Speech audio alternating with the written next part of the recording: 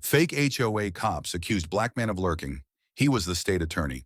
The twilight sky over Meadowview Estates glowed with streaks of amber and violet, casting a serene light on streets lined with identical brick houses and sculpted topiaries.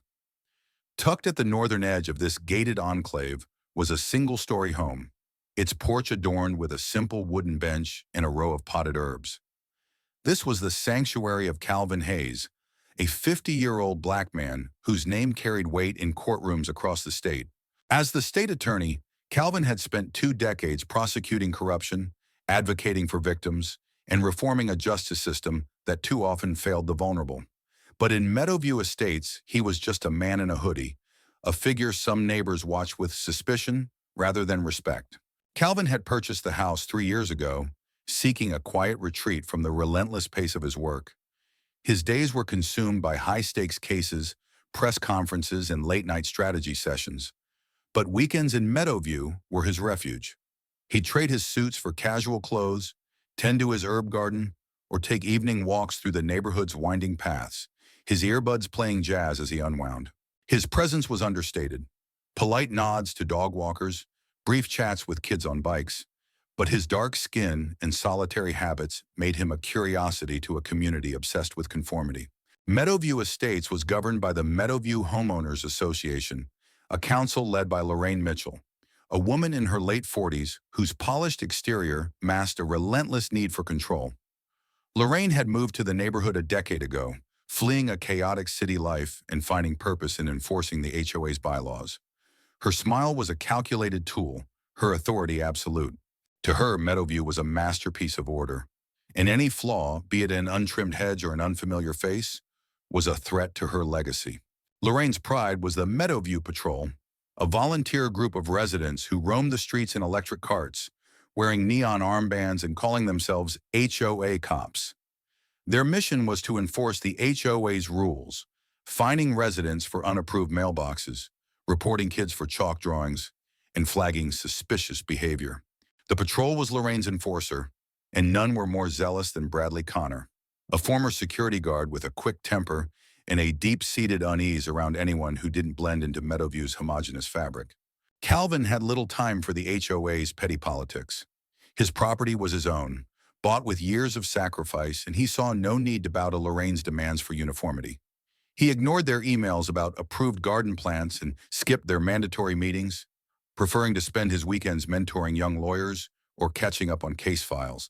His independence grated on Lorraine, who'd drive by his house during her patrols, her eyes lingering on the basil and thyme that defied her vision of ornamental lawns.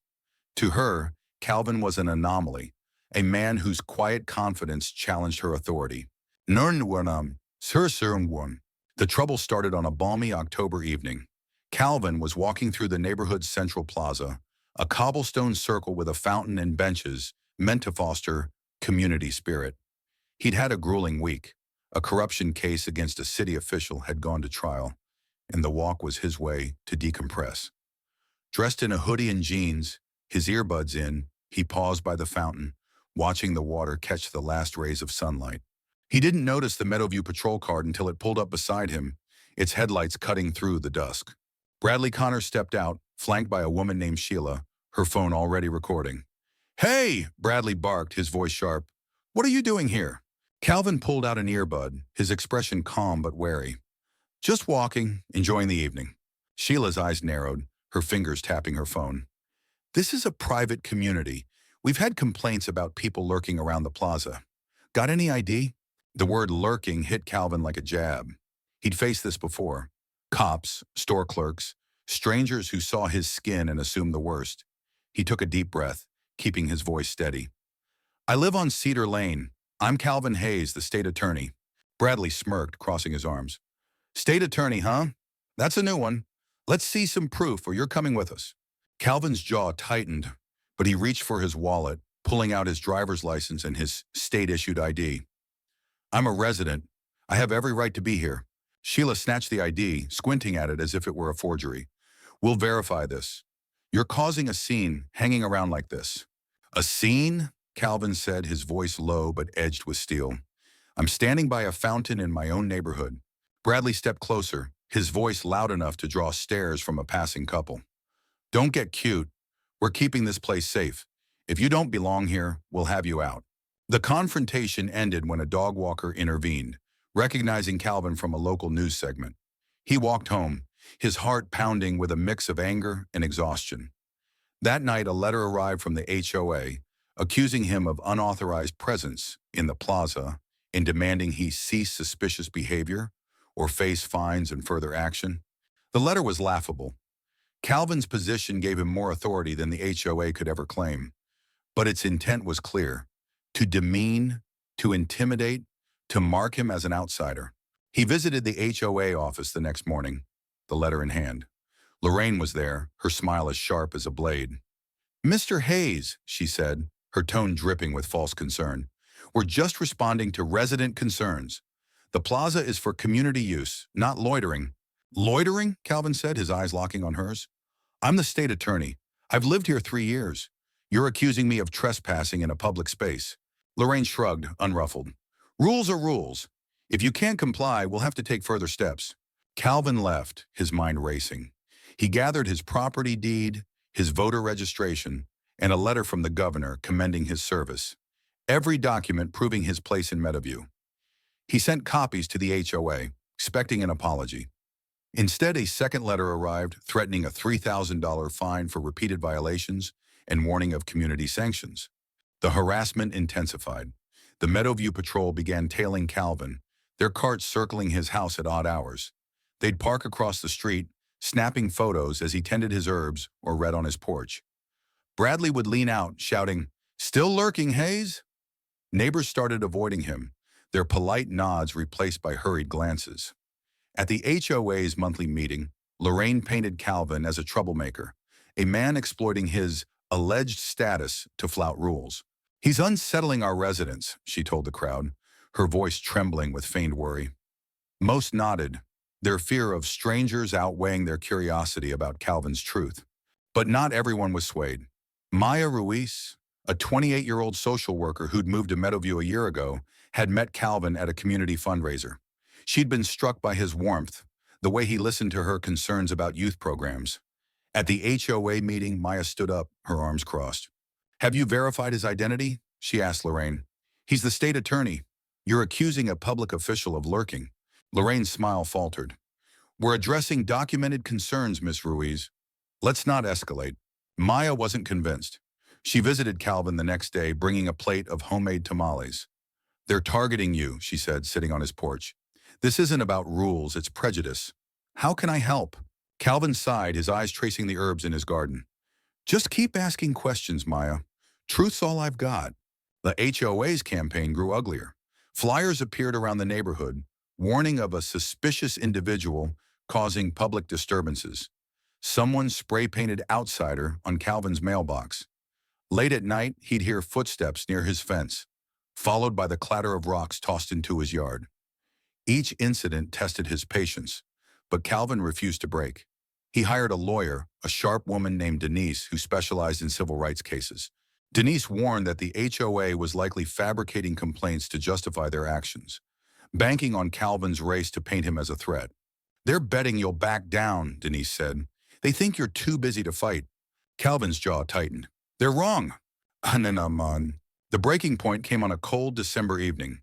Calvin was in the plaza, walking to clear his mind after a long day of depositions. The fountain gurgled softly, the air crisp with the promise of winter. He didn't notice the patrol cart until it screeched to a halt, its headlights blinding him. 3 patrol members, led by Bradley, stepped out, their faces twisted with anger. "You're done, Hayes," Bradley shouted, pointing at him. "You're lurking again. Sheriff's coming to drag you out." Calvin stood tall, his voice calm but firm. "This is a public plaza. I'm a resident. You're out of line." Bradley laughed, stepping closer. "You're nobody here. Keep playing your lawyer card and we'll see who's laughing." What Bradley didn't know was that Maya had been nearby, walking her dog with her phone in hand. She'd grown suspicious of the patrol's tactics and had started documenting their movements. Now she hit record, capturing every word. As Bradley loomed over Calvin, Maya stepped forward, her voice cutting through the night. "Back off, nya," she said, holding up her phone. "This is going online if you don't leave." Bradley froze, his face paling. The other patrol members hesitated, their confidence crumbling. Before anyone could respond, a sheriff's cruiser pulled up, its lights flashing. Sheriff Carter, a woman who'd collaborated with Calvin on anti-corruption initiatives, stepped out. She took one look at the scene and shook her head. "Bradley, what are you doing?" Carter asked, her tone sharp.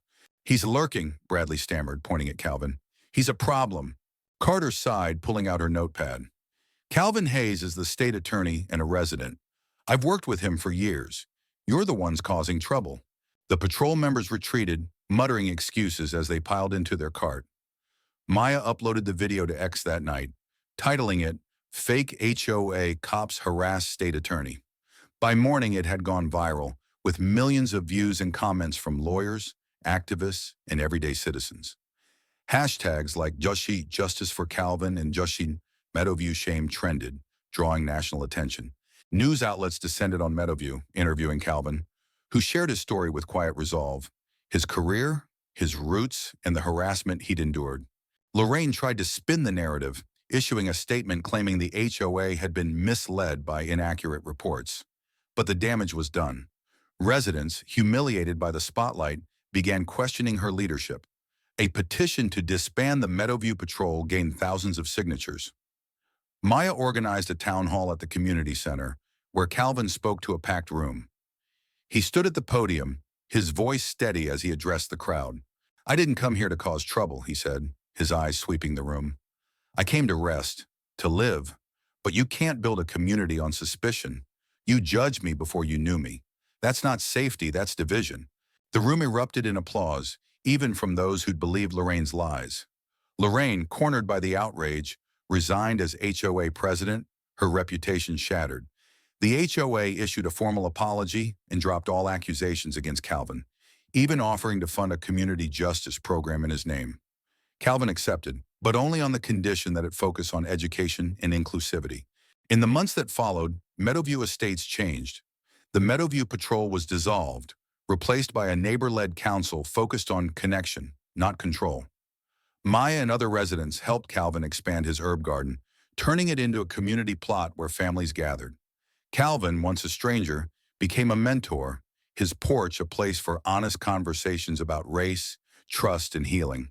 As spring bloomed in Meadowview, Calvin sat on his bench, watching the basil sway. The neighborhood felt different. Not a fortress of rules, but a place where people saw each other's humanity. He'd faced the storm with the same resolve that had carried him through decades of justice work, not with anger, but with truth. And in doing so, he'd changed a community that had forgotten what it meant to be neighbors.